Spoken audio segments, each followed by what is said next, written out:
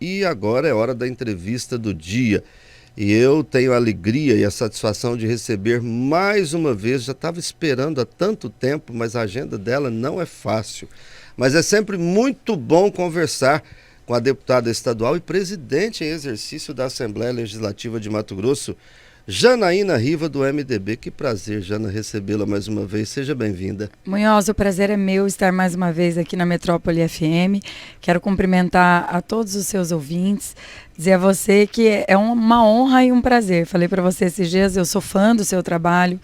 Gostei muito Obrigado. da entrevista com o presidente Bolsonaro, viralizou, o Brasil inteiro assistiu e mostrou um pouco para quem ainda não conhecia da sua competência, da sua experiência. Obrigado. Deu para ver a sua leveza. Eu até ia te perguntar antes da gente entrar ao vivo, se para falar com o presidente da República, entrevistá-lo, se ainda dá aquela emoção, porque depois de tantos anos de rádio, né?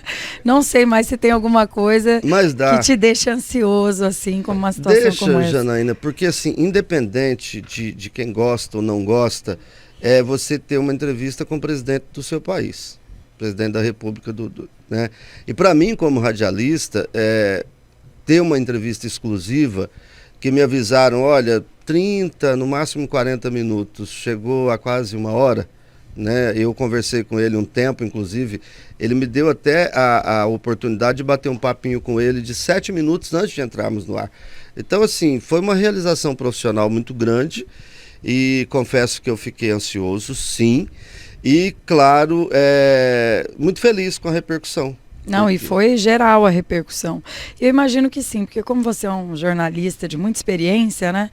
A gente respeita muito essa questão das autoridades. Eu também tenho essa cultura lá em casa, aprendi isso de berço, né?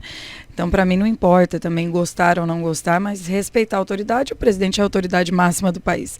Então, sem dúvida, deve ter te dado uma emoçãozinha. Emocionou até a gente que estava acompanhando, imagina você.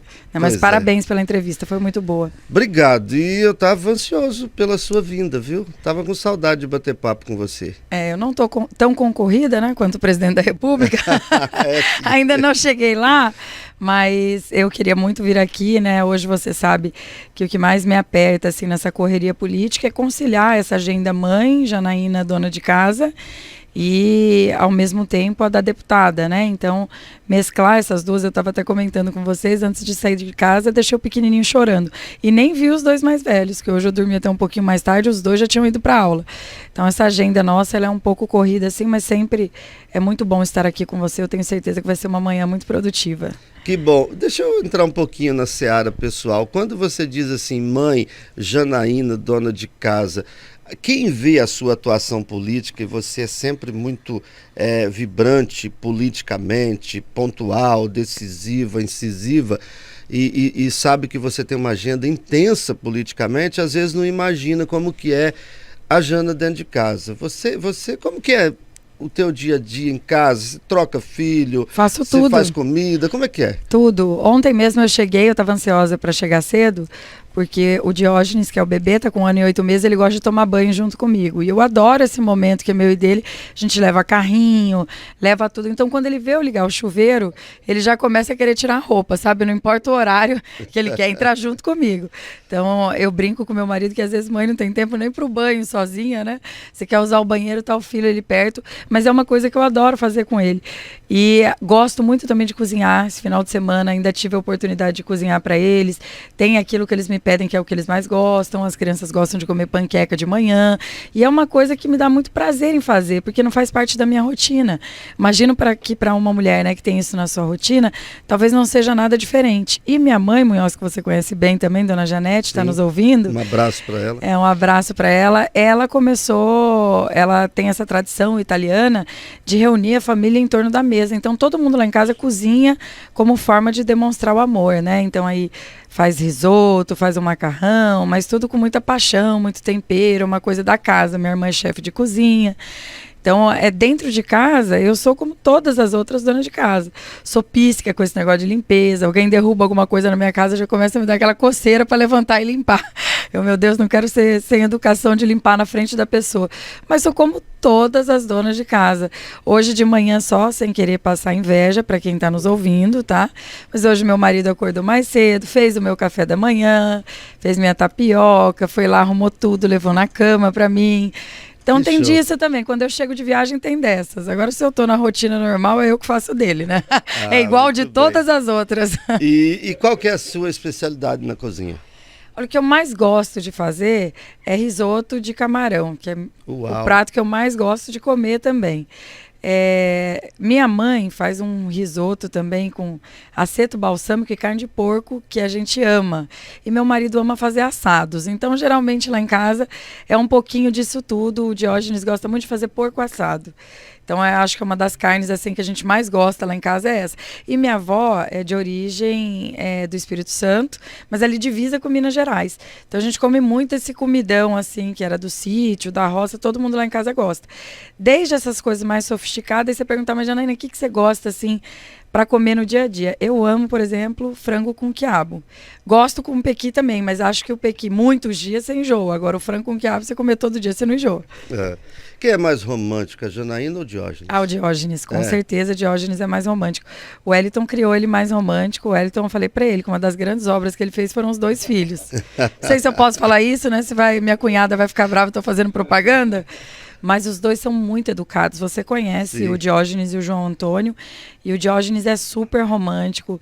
Diógenes fala italiano, fala espanhol, fala francês, fala inglês. Ele gosta daquela coisa de ouvir música clássica, gosta de ópera. Eu cresci ouvindo sertanejo, então ele é mais romântico do que eu, com certeza, Munhoz. Muito bem, recebendo aqui a deputada estadual e presidente em exercício da Assembleia Legislativa de Mato Grosso, Janaína Riva, do MDB.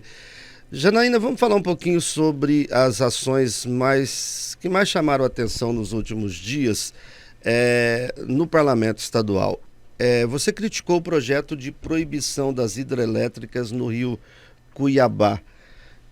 Eu gostaria que você se manifestasse sobre isso, até porque assim, houve uma disputa, né, no sentido aprova, não aprova, havia quem defendia, havia quem era contrário à construção das usinas. Por que você acha que era importante essas usinas? Na verdade, eu não sei se elas seriam importantes, né? Porque eu acho que isso carecia de uma análise técnica muito forte para embasar tudo isso. O que eu sempre converso com os deputados é o seguinte: quando se apresenta uma pauta como essa, que ao meu ver não cabe à Assembleia, até porque houve uma decisão do STF já, de que nem as licenças, acho que você lembra que antigamente as licenças eram votadas pela Assembleia. Hoje isso acabou, é uma determinação do STF, até porque nós não temos capacidade técnica para isso, né? Eu sou formada em Direito, então assim, não entendo absolutamente nada de energética, entendo um pouquinho do que me foi explicado, mas pelos interessados na pauta, então não é nada, nem eu, nem nenhum dos outros 23 são especialistas nesse tema.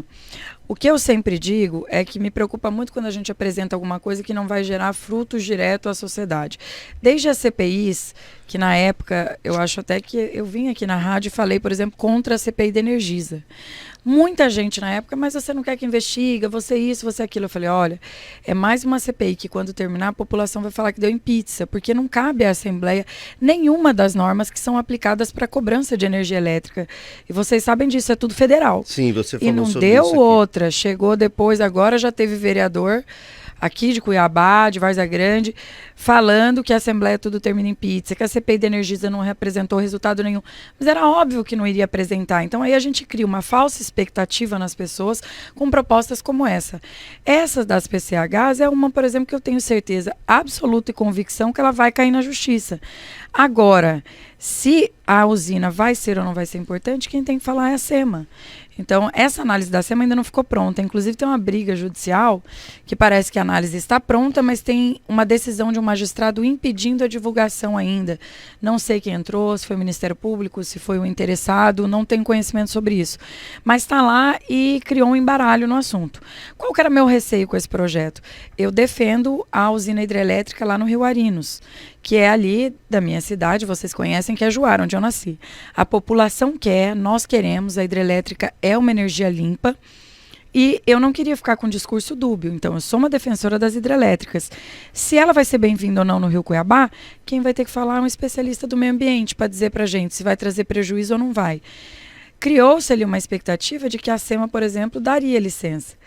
E pode ser que não dê. Então, eu queria ver qual seria o parecer da SEMA.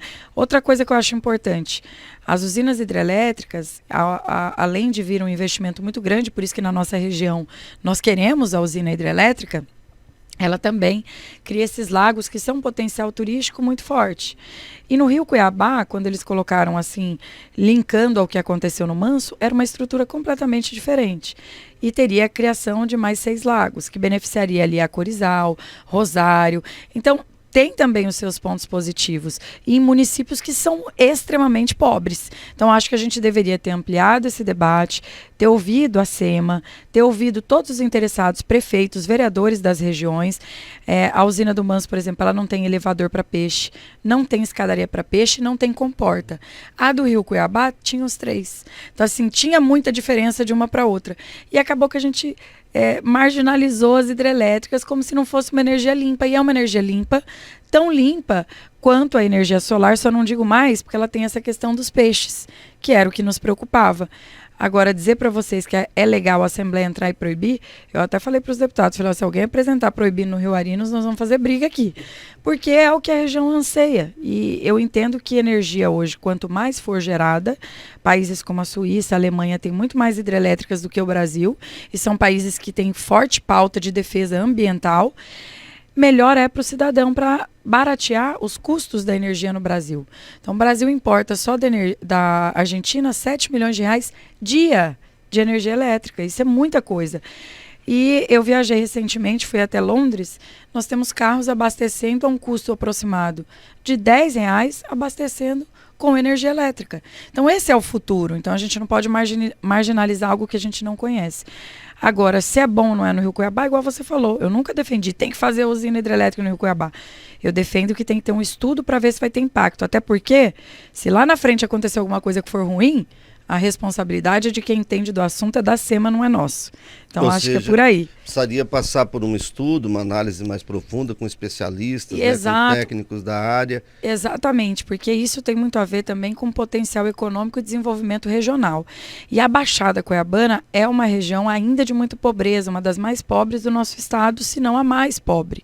Então, aqui precisa, sim, de medidas alternativas, como tem em todo o estado. Por exemplo, ninguém viu aqui ninguém reclamar da usina hidrelétrica de Aripuanã, virou até ponto turístico, lá tem cachoeiras maravilhosas, e lá tem usina hidrelétrica, e que gera um dinheirão para o município de Aripuanã. Então, a gente não pode condenar tudo aqui na Baixada. Nós temos aqui o Pantanal. Acho que tem muita coisa, inclusive, que dá para ser feita aí no Pantanal. No passado, o deputado Allan Kardec e o deputado Avalone, eles encabeçaram um trabalho de limpeza dos curichos e tudo que rendeu bons frutos para o meio ambiente. Agora, a gente não pode aqui vetar também todo o potencial de crescimento econômico na região, achando que isso aí vai trazer impacto. A gente não pode achar. Esse é o mal ali de uma votação como essa, é no achismo. É porque está muito superficial a discussão. Exato. Né? Se você parar para pensar, então tá. Se você pensar, grosso modo, numa usina hidrelétrica, poderia incentivar a produção fotovoltaica, a energia solar, que ela é o complemento, né, da energia fotovoltaica. Do que uma usina que vai beneficiar um pequeno grupo. Mas não é só a usina que está se tratando do desdobramento de tudo no entorno disso.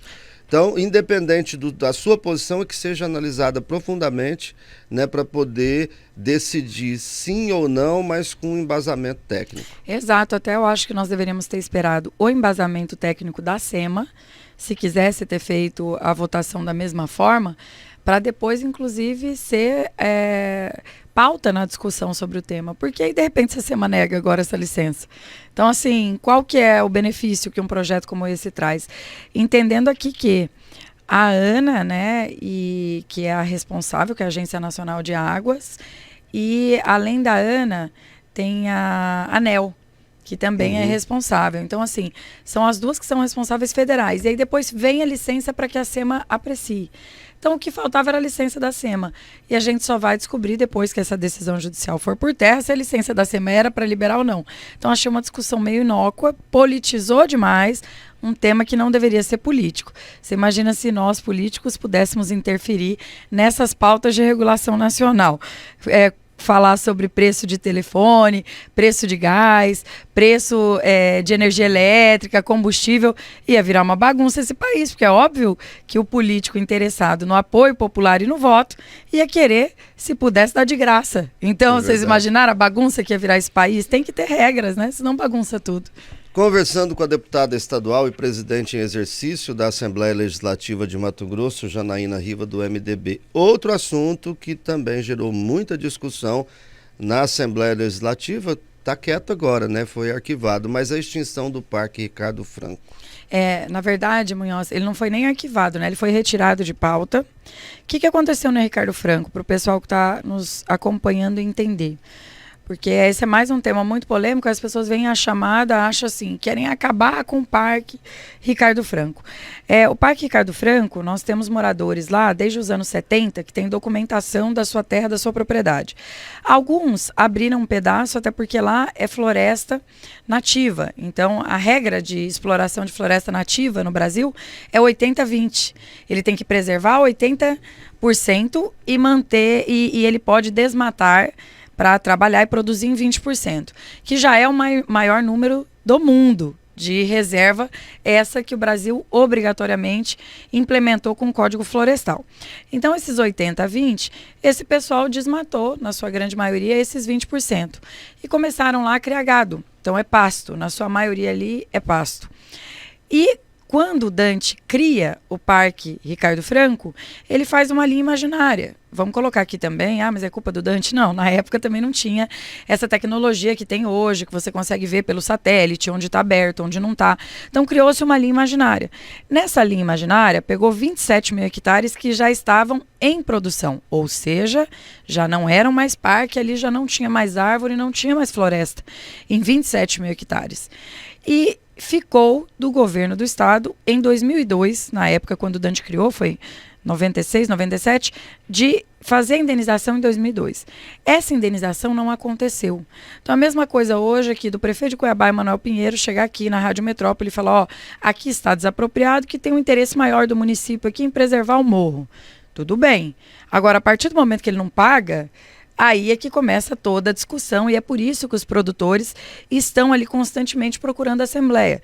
Eles querem ou a indenização por parte do governo do estado, quer dizer, paga aqui pela minha terra que eu estou produzindo porque eu vivo dela. Então, alguns ali não têm outra propriedade, diferente do que falam. Mas lá tem um ministro Padilha e tudo mais. Tem, mas tem também os pequenos produtores que têm exclusivamente a sua propriedade ali e vivem até hoje do gado de corte e gado de leite. Então, a gente quer uma alternativa para todos. Então, o que eles estão buscando na Assembleia? Ou um entendimento, que é isso que a gente tem trabalhado com o Ministério Público. Qual que era o nosso objetivo votando o decreto? Era tentar depois que o governador criasse novamente o parque, mas limitando ali aonde tem as suas belezas turísticas e onde o parque está em pé e retirando aí a área desses produtores que estão produzindo. Pra vocês terem uma ideia, os produtores, assim, eles querem tanto regularizar essa situação por questões de sobrevivência, que eles estão se dispondo à área que é parque, eles não querem nem mais a indenização, que seria assim de bilhões. Isso aí daria aproximadamente 2 bilhões, e é de direito, né? É de direito. Isso aí seria uma briga na justiça longa, mas uma hora ou outra o Estado ia ter que pagar, né? Podia ser carta de crédito ou bloqueio em conta do Estado, mas uma hora vai ter que pagar. Eles aceitam até abrir mão do que é a área realmente mato, que eles cuidaram até hoje, porque o governo não tem estrutura para cuidar do parque. Muitos deles falaram lá, poxa, por que estão atacando tanto nós produtores, que éramos donos, que fomos grilados, o governo grilou a nossa terra, e a gente cuidou até hoje. Então, assim, eles têm um amor por aquelas cachoeiras, eles têm um amor por aquelas belezas naturais, que os filhos dele, netos, cresceram ali. Tem até terceira geração ali. Então o parque veio depois deles e eles cuidaram do parque desde então. Falaram para mim que tem anos lá que não tem queimada mais. Quem que cuida disso? É o proprietário, porque ele tem medo de queimar a sede da fazenda dele, de queimar o gado dele, o capim dele. Então ele que defende o parque. Então o que eles querem é isso, que o governo sente com o Ministério Público e a Assembleia, a partir do momento que coloca esse projeto para votar, pressiona para esse acordo acontecer, que esse é o papel importante da Assembleia. Eles querem sentar com o MP, com o governo e delimitar a área que realmente não atrapalhe onde já produz, não é onde eles querem, é onde já produz, e eles estão com liminar até hoje, é lógico. porque o juiz deu a liminar para eles. Então, eles estão trabalhando na liminar. Não consegue exportar e não consegue vender para frigorífico grande. Então, a situação deles também é muito complicada e eles querem que o Estado delimite ali onde é a área parque. Inclusive, eles fizeram uma observação que tem várias cachoeiras e pontos turísticos que estão fora do parque e que deveriam estar. Então, foi realmente, à época, pelas condições, foi mal desenhado o tamanho do parque, deixando pontos turísticos fora e deixando o pasto dentro. Ou seja, né, um erro técnico. Mas essa situação semelhante não seria o Parque de Chapada, que até hoje também não foi indenizado? Também, o Parque de Chapada é uma situação semelhante. Esses dias até a gente conversava sobre isso, a SEMA está fazendo agora, e acho que é a primeira vez, um levantamento sobre a situação de todos os parques. Qual que é a diferença hoje do Ricardo Franco com relação aos demais? Já tem um estudo, acho que vocês lembram aqui, do falecido Adriano Silva, que chegou a ser reitor da Unemate. O Adriano, quando foi deputado, no ano de 2017, ele conseguiu fazer a Assembleia financiar um estudo sobre o tema. Então, o estudo lá está pronto. Da onde é a área pasto, onde é a área parque. Inclusive, lá tem um potencial de aumentar o tamanho do parque, que hoje, se eu não me engano, é cerca de 120, 130 mil hectares. Pode até chegar a 150, englobando esses outros espaços, porque é espaço que não dá para usar, né? Porque as leis nossas de questões ambientais, onde tem água e tudo, nós temos as APPs, então para o produtor não compensa ter aquela terra ali como dele. É perfeitamente possível ele compensar isso com o Estado. E se a gente fizer a conta, e nós fizemos lá na Assembleia por cima, se você fizer a conta dos 80-20, é o que tem lá mais ou menos. Eles estão assim, irregular, coisa de 5, 6 mil hectares, que é algo perfeitamente aqui no estado, passível de você fazer a compensação com áreas em outras localidades. Então, assim, vocês veem que o problema ali é mínimo. Parque de Chapada, eu sei que o problema é um pouquinho maior e tem mais demanda ali. E uma diferença também, que é a área, por ser inclusive cerrado e não floresta nativa, hoje a gente pode dizer que o Parque de Chapada dos Guimarães ele é em sua grande maioria preservado, que é uma vegetação que não é tão, vamos dizer, ela não agrada tanto a produção, né, agrícola. Então é um perfil diferente também de propriedade. Há quem diga também, deputada Janaína, que por ser uma região de grandes jazidas de ouro lá, é que há tanto interesse no parque naquela região. Teria alguma coisa a ver isso, não? Na Ricardo Franco? É. Não, nunca falaram sobre isso. Nunca soube lá de exploração de minério. Lá hoje realmente eles trabalham muito forte com gado, né? Então acho até que talvez se tivesse, né, já poderiam ter explorado, porque a partir do momento que eles conseguem autorização para a exploração da pecuária, eles também poderiam lá trabalhar com a exploração do minério. Já não teriam uma ou duas mineradoras no parque? Não conheço, Munhoz, para falar. Não conheço. Eu já vi alguma coisa sobre isso, até vou me inteirar, mas eu já vi que teria. Não conheço. Os que vieram aqui, né, que assim, a gente tem contato, até no dia da reunião nós falamos isso com o Procurador-Geral de Justiça do nosso estado, que é o Dr. Zé Antônio Borges. Geralmente, o produtor que procura a Assembleia é o produtor formal, né? Aquele que tem documento, Sim. Aquele que trabalha dentro da lei, dentro da regra. Então, a gente não defende o criminoso, porque o que desmata ilegalmente é o criminoso. Ele está fora da lei. Então, esse aí não procura a Assembleia, né? O que procura, geralmente, é o que trabalha consoante com as normas ambientais do Estado. Então, lá só foram produtores realmente sérios, assim. Não que o minerador não seja, tá, gente? Eu estou falando assim que ninguém que trabalhe ilegal. Até eu sou uma defensora também dos mineradores, mas lá não foi nenhum que trabalhe com o segmento do minério. Conversando com a deputada estadual e presidente em exercício da Assembleia Legislativa de Mato Grosso, Janaína Riva. Vamos falar de política agora, deputada? Eu não gosto, mas tudo bem, vou abrir essa exceção. Como é que está a crise com o Emanuel Pinheiro? Como é que está a situação no MDB? Olha, hoje não tem mais, acho que nós podemos falar que não tem mais crise no MDB, né? Nós não temos mais crise. Nós temos lá a posição divergente do Emanuel com relação ao apoio ao governador Mauro Mendes. Ponto. Nunca tivemos uma reunião, sabe, Munhoz, para falar sobre o tema, nunca nos reunimos para falar sobre o tema. Não tivemos ainda a reunião com os pré-candidatos. Deve acontecer já na semana que vem, de reunir todos os pré-candidatos. E aí sim a gente começa a sentir se tem alguma divergência maior dentro do partido. Mas hoje eu vejo o partido muito coeso nesse sentido e algumas diferenças, como também é o caso do Emanuel com relação ao governador, é o meu caso também com relação ao apoio restrito ao senador Wellington. Então, isso é natural dentro do partido, mas não tem tido mais discussões acaloradas, divergências tão grandes quanto acontecia no passado. Acho que as coisas acalmaram um pouquinho. Vamos ver agora na eleição, né? Essa coisa esquenta de novo. Então, dentro do MDB, essa tentativa de encontrar um candidato para concorrer com o governador Mauro Mendes é uma tentativa única do Emanuel, porque ele tenta o tempo inteiro, inclusive agora seria o estopa esse candidato. O partido não está caminhando nessa direção? Não, o partido não caminha nessa direção, né? É realmente uma posição individual do prefeito de Cuiabá, Emanuel Pinheiro. Ele trabalha tentando colocar um nome, né, como opção ao governo. Eu acho que isso é muito difícil você fazer de última hora, isso é uma coisa que tem que ser muito bem trabalhada com o grupo, né? E eu não vejo hoje dentro do MDB outro líder, outro representante político, deputado, que tem essa mesma opinião. Mas ele tem sido também respeitado com as suas diferenças, o partido também não força nada. Até porque seria antidemocrático por parte do partido fazer isso. Então ele tem liberdade para ele atuar, para ele agir, para ele tentar construir, mas eu vejo o partido muito coeso na reeleição do governador Mauro Mendes. Hoje você vê isso dentro do partido? Sinto isso dentro do partido e sinto também que as divergências hoje, elas são muito menores, né, do que as pautas onde o partido tem identidade com a posição do governador. Então, acho que isso diminuiu bastante de uns anos para cá. Consequência também, acho que dos bons números da gestão, naturalmente a popularidade do governo aumenta e isso dentro do partido também é da mesma forma. Isso para você é confortável, né? Até porque agora, com a declaração do presidente Jair Bolsonaro e o Mauro admitindo isso publicamente, que caminharão juntos nas eleições e que o Wellington seria o candidato ao Senado, para você isso é bem tranquilo, né? Me parece, né, Munhoz? Me parece que é política, a gente todo dia é uma novidade, mas me parece que agora eu vou conseguir estar num palanque único, né, que não aconteceu na eleição passada. E isso é muito ruim. Muita gente até fala para mim, mas para você é bom, que você fica com 2 palanques. Não é legal. Você tem que dar explicação demais e tudo que você tem que explicar demais na política é ruim. Então, eu gostaria de ter um palanque desta vez, onde tivesse ali um alinhamento com todos os candidatos. Então, hoje caminha para essa candidatura do Wellington, Mauro Mendes e Bolsonaro aqui dentro do estado.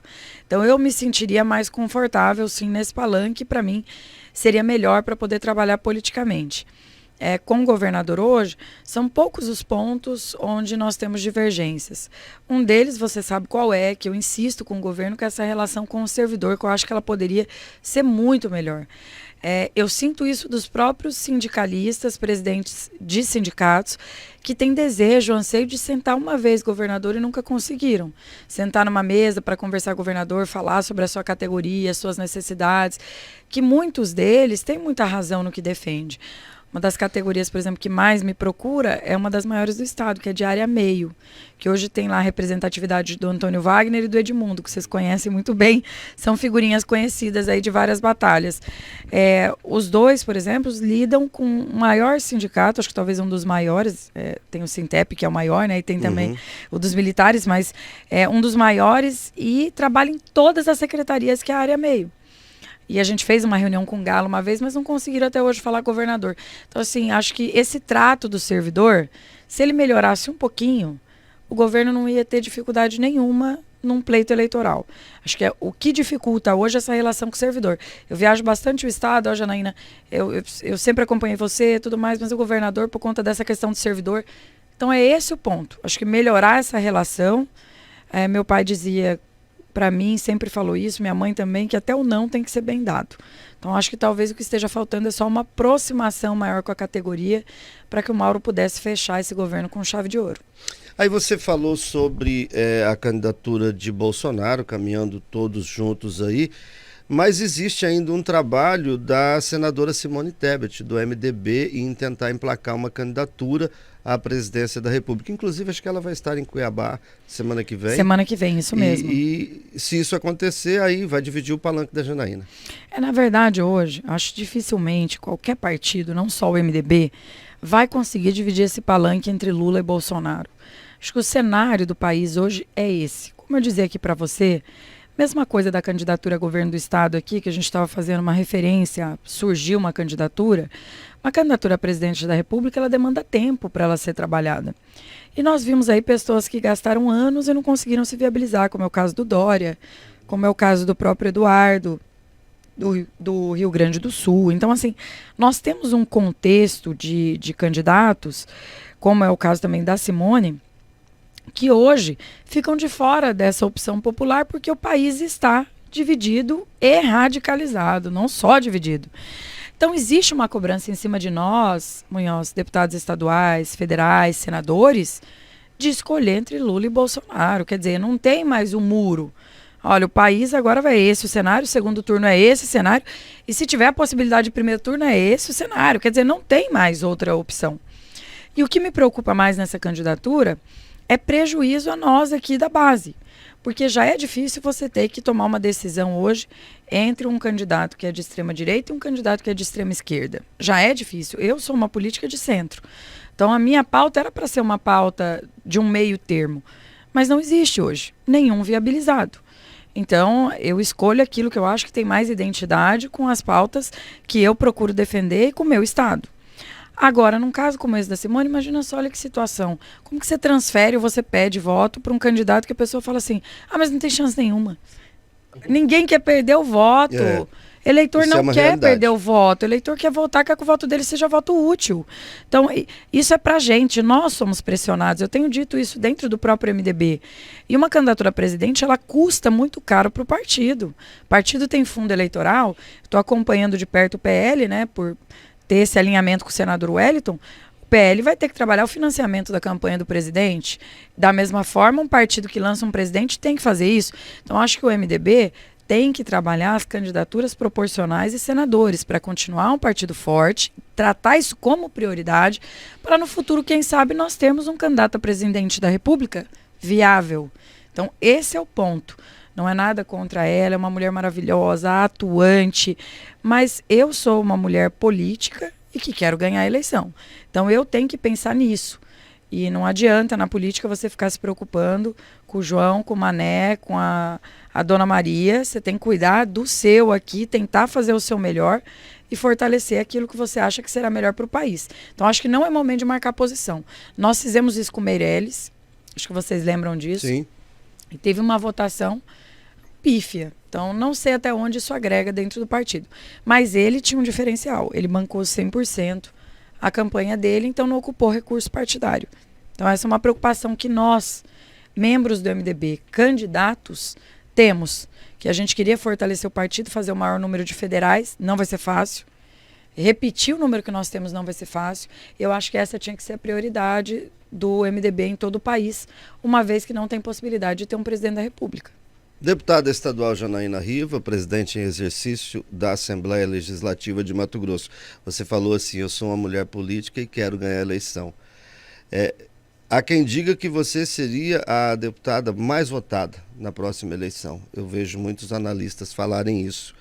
Mas você quer tanto que você bota o pé na estrada o tempo todo e você não para, né, Janaína? É legal você falar isso. Muita gente fala pra mim, Janaína, você já ganhou, você está eleita, você não precisa ficar se desgastando. O ponto não é esse, não é ser eleita, não é ganhar a eleição.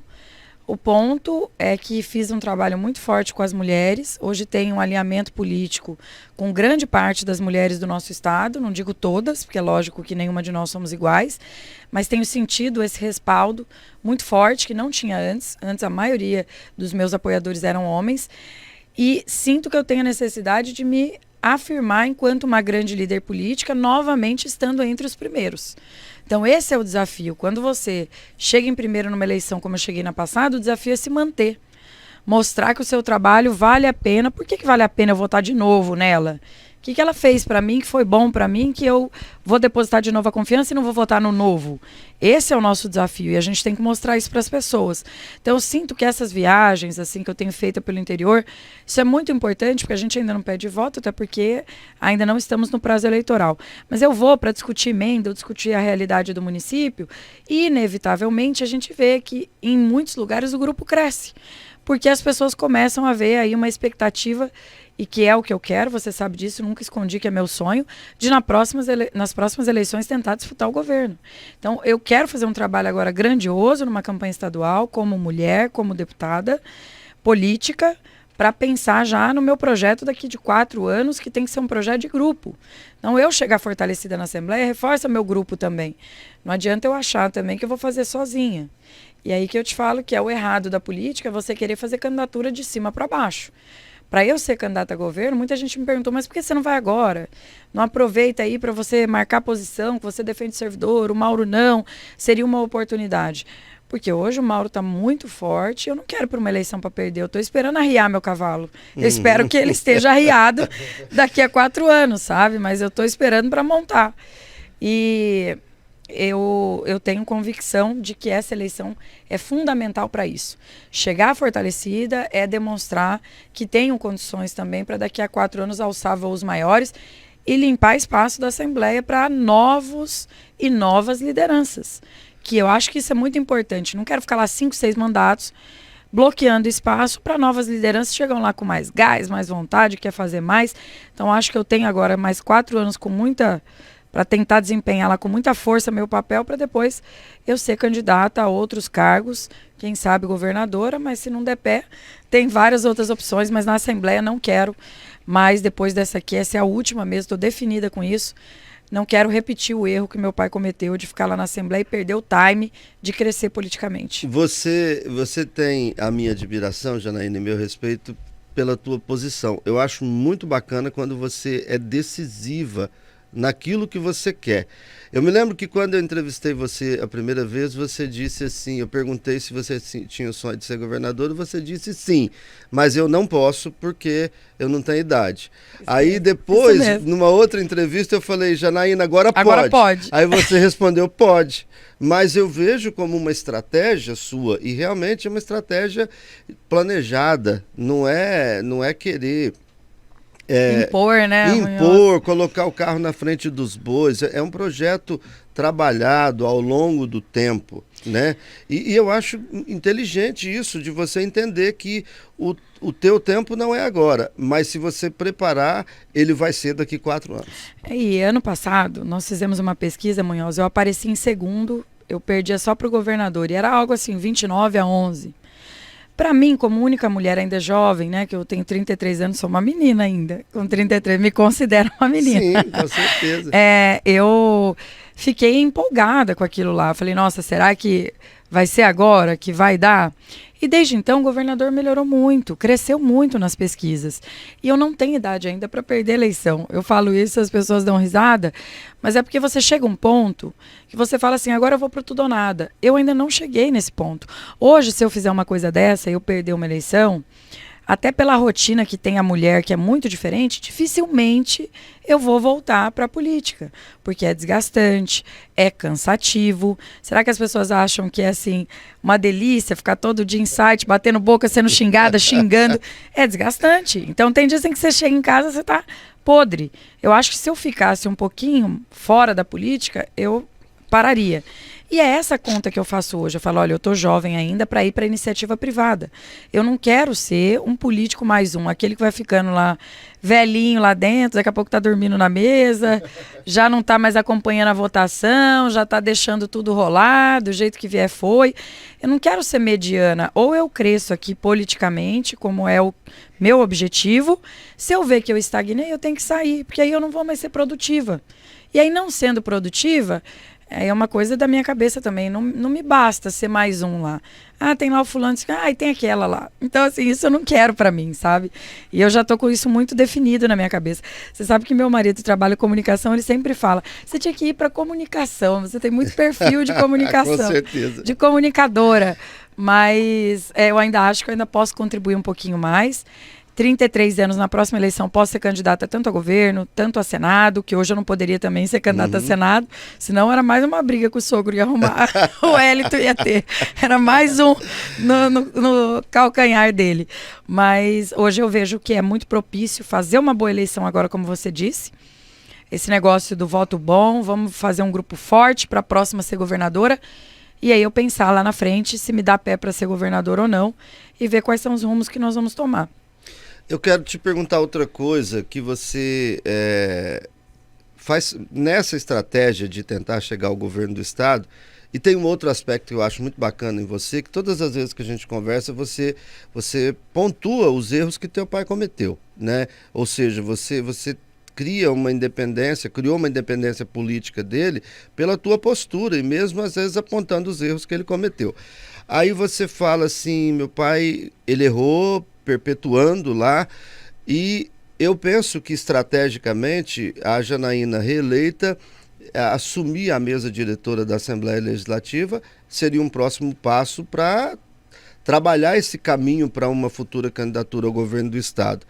E eu tenho criticado aqui, Janaína, eu até falo assim que a Assembleia Legislativa estaria voltando de novo a ter dono, porque o teu pai ficou dono da Assembleia há muitos anos.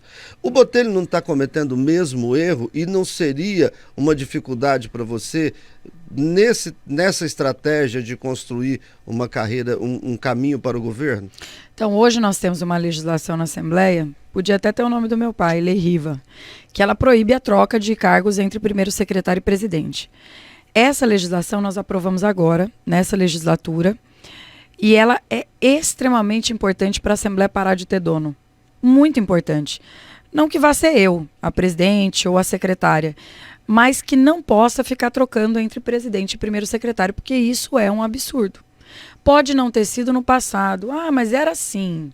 Ah, mas era assim. Pois é, era assim. No passado também podia tudo.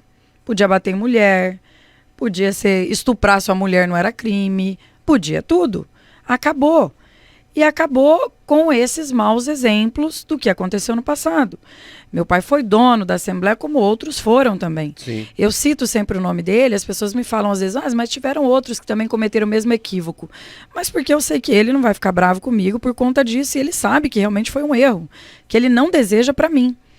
Então, diferente do que eu estou vendo na Assembleia, eu não quero ser dona da Assembleia, eu quero passar por lá e crescer. Me dói ver que tem pessoas que têm essa oportunidade de crescer politicamente num dos cargos que é, para mim, um dos mais importantes do Estado, se não mais importante, porque governador não faz lei sem mandar para a Assembleia. Governador não faz um empréstimo sem mandar para a Assembleia. Então, eu tenho dúvida se o presidente da Assembleia não é um dos cargos mais importantes desse Estado. E tudo passa por lá, e aí você vê esse cargo ser utilizado para toda vez, volta deputado, presidente, secretário, volta deputado, presidente, secretário, volta deputado, presidente, secretário. Isso tem que acabar. Isso tem que acabar. E tem que ser uma cobrança da sociedade. Esses dias vieram me ligar, porque estão dizendo que vão mudar a PEC da Assembleia que pode trocar cargo. Se tentarem mudar, nós vamos levar toda a população do Estado lá para dentro para protestar e mostrar que nós não aceitamos mais que a Assembleia tenha dono. Isso acabou. Acabou. Não aceitamos mais. E eu sou uma das que defendo isso. Inclusive, acho que nós temos que rever outras situações, porque ela tem que ser dinâmica, essa mesa. Passou por lá, depois sai dela. Chegou na presidência, depois você tem que sair dela. Vai ter que ser assim no futuro. Vou citar um exemplo aqui para vocês que não é lei, mas no Rio Grande do Sul, vejam só que ato de grandiosidade que evita a corrupção e dá mais transparência. Os presidentes são 4 deputados das 4 maiores bancadas. Como que acontece essa discussão? Terminou a eleição, reúnem-se as maiores bancadas, quais são? É o MDB, é o PSDB, é o PT, é o PL, vamos supor. Entre eles fazem a eleição de quem é o presidente, colocam em ordem quem vão ser os candidatos, e ao invés do mandato de 2 anos, que é lei, lá está na Constituição, o presidente renuncia para dar espaço para o outro. Passando 4 presidentes por uma Assembleia em 4 anos, qual que é a chance de ser uma Assembleia corrupta? Muito menor. Qual que é a chance de ter coisa ali escondida? Muito menor. Extremamente democrático também, democrático. Né? E lá no Rio Grande do Sul já é assim. Então, aqui na Assembleia, nós temos que acabar com esse coronelismo. Se Botelho e Marx estão achando que vão ficar lá se perpetuando no poder, estão muito enganados, porque eu não vou aceitar, os deputados não vão aceitar. Obrigada pelo que fizeram, pela contribuição que deram, um beijo, um abraço, vão tocar a vida. A Assembleia não pode mais ter dono, isso aí acabou, com certeza. Até porque essa situação, Janaína, ela deixa uma imagem muito ruim. Por que que nenhum outro deputado não peita essa situação? Por que que todo mundo se acomoda lá e aceita desse jeito? Dá-se a impressão de que os velhos costumes estão voltando, não é possível. Pois é, Munhoz, eu esperei até agora. Então, assim, imagina só pra mim ali, que fico lá, todo mundo achando que eu mando e eu não mando. Porque quem manda é presidente e secretário. E às vezes as pessoas me procuram achando que eu tenho poder lá de resolver alguma coisa. Eu quero ter a minha gestão quando eu for de fato presidente ou secretária eleita.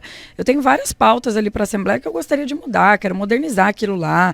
Internet Wi-Fi livre para todos, gratuita, dar uma dinamizada nos ambientes de espaço, aproximar mais da população. A Assembleia, o aspecto da Assembleia físico é o mesmo de quando meu pai estava lá.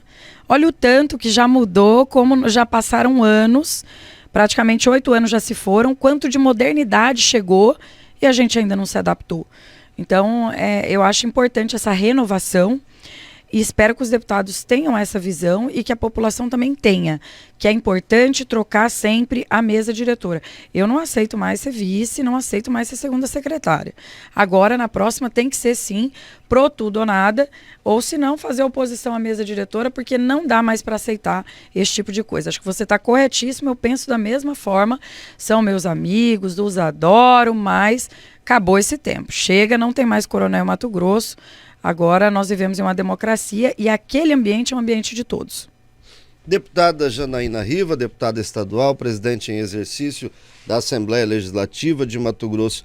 Deputada, e você citou muito o quanto as mulheres esperam de você e a gente tem visto um movimento aí, inclusive aqui na emissora a gente apoia muito, temos até um programa aqui que você já participou de incentivo à mulher ingressar na política. Você espera ter novas parlamentares na próxima legislatura na Assembleia? Olha, eu vejo hoje um quadro de mulheres candidatas muito melhor do que no passado. Ah, mas Janaína, como melhor? Mulheres que já têm afinidade política e capacitação para serem representantes populares. No passado, chegava na véspera da eleição, o que tem de mulher aí que está afiliada, vamos colocar tudo aí como candidata. Agora não, tiveram mulheres que tiveram oportunidade de se prepararem, de escolherem seus partidos. Já é um ambiente mais favorável. Não dá para saber, né, quantas mulheres nós teremos enquanto representantes. Mas nós temos hoje mulheres que estão ganhando protagonismo e muito disso nós devemos às mídias, às rádios, aos veículos como o seu, Munhoz, que fazem esse trabalho de respaldo às mulheres, de incentivo às mulheres para entrarem no mercado de trabalho, para participarem da política. Nas eleições de vereadoras, nós já tivemos um aumento muito grande. Eu cheguei a comentar aqui com você que no MDB de 16 vereadoras nós fomos para 42. Então olha só o quanto aumentou de representatividade feminina dentro de um único partido nas câmaras municipais. Agora, Munhoz, a gente quer melhorar ainda mais isso, apostando que nós podemos fazer com que as mulheres tenham uma votação mais expressiva, mas tem um probleminha quando se fala de Estado, que é necessário tempo para a mulher viajar, conhecer, porque esse estado aqui é um continente. Então é diferente da campanha de vereador, que ela já é conhecida ali no município, e é difícil o município hoje que baste para eleger um deputado, seja estadual ou federal, porque dividem muitos votos. Então, assim, o desafio da mulher numa campanha estadual aqui em Mato Grosso é esse. Mas para vereadora já melhorou muito. Eu espero que esse reflexo da melhora das candidaturas municipais venha também para a Assembleia e a Câmara Federal. Pode ser que aconteça. Se não acontecer, nesse projeto que eu te falei que eu tenho de sair da Assembleia, eu tenho um compromisso comigo que eu quero pelo menos construir 3 a 4 candidaturas de mulheres para a próxima eleição, para nós termos mais mulheres deputadas.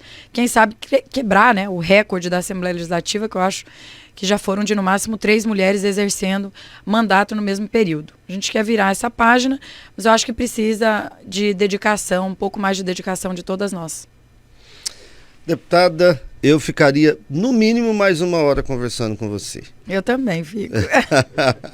Mas eu sei que você tem uma agenda, foi colocado para a gente um tempo limite aqui. Eu agradeço imensamente você ter aceitado o convite. Reitero que é sempre muito bom conversar com você. Aprendo muito ouvindo você, me entusiasmo ainda mais ouvindo você. E ao agradecê-la, eu espero que você não demore tanto a voltar para compartilhar das suas ideias e seus projetos com os nossos ouvintes. Não, vou estar aqui novamente com você, Munhoz. Agora nós temos tantos facilitadores, né? Eu Pois vi que é. você fez a entrevista virtual. Hoje tem tantas formas, né, da gente poder encaixar tempo, porque a dificuldade é estar se locomovendo, ainda mais em determinados horários, né? Não só em Cuiabá, mas eu acho que em todas as grandes cidades. Mas eu quero estar aqui novamente com você. Eu estou muito empolgada. Eu falo sempre para quem está entrando na política agora, eu acho que a gente tem que ir mudando aos pouquinhos, entendendo e respeitando o que aconteceu no passado, mas ir virando a página, sabe? E aos poucos a política está melhorando. Você vê pela qualidade dos representantes, que já melhorou muito. Às vezes as pessoas me perguntam, esses dias até teve um debate por conta disso, a questão das candidaturas. Candidato tem que ser preparado para ser candidato, tem que ter uma qualificação, tem que ter ensino, tem que ter estudo, tem que saber ler, escrever, fazer um texto, fazer leis, saber o que é constitucional, o que não é constitucional. Nós temos que criar essa cultura que os países mais desenvolvidos criaram de fabricar políticos. Desde a escola, colocar para fazer curso de oratória, colocar para aprender, para a gente ter qualidade no serviço que é prestado pelas nossas assembleias, câmaras municipais, Câmara Federal. Então, acho que nós já melhoramos muito. E a tendência é continuar melhorando. E com as mulheres não é diferente. Nós temos mulheres cada vez mais capazes, mulheres muito independentes, e quero no futuro fazer um grande programa de qualificação. Acho que ainda falta isso como estímulo para a mulher sair da violência financeira, sexual, moral, doméstica. A mulher ainda precisa de mais estímulo da nossa parte, e representantes femininas são necessárias para isso, para dar voz àquelas que têm o mesmo problema que eu tenho, porque não é diferente. Algumas têm mais. Mulheres negras, mulheres vulneráveis, que vivem na extrema pobreza, essas têm mais, muito mais do que eu. Mas tenho certeza que nós temos muita similaridade, né, em muitas coisas das nossas vidas, e uma delas é a maternidade, como eu te citei aqui. Então, agradeço a você pelo espaço, pode contar sempre comigo. Parabéns pelo seu trabalho, fiquei muito orgulhosa de te ver lá com o presidente da República, porque sei do seu potencial e sei do que você representa também para o jornalismo, para a história desse estado, né? Parabéns pelo seu trabalho. Obrigada. Obrigado e que você tenha uma excelente semana, e vou te esperar novamente. Amém, amém. Aproveitando, né, foi o mês das mães, um beijo para todas as mamães que estão nos ouvindo. Encerramos a entrevista de hoje, que recebeu a deputada estadual e presidente em exercício da Assembleia Legislativa de Mato Grosso, Janaína Riva, do MDB.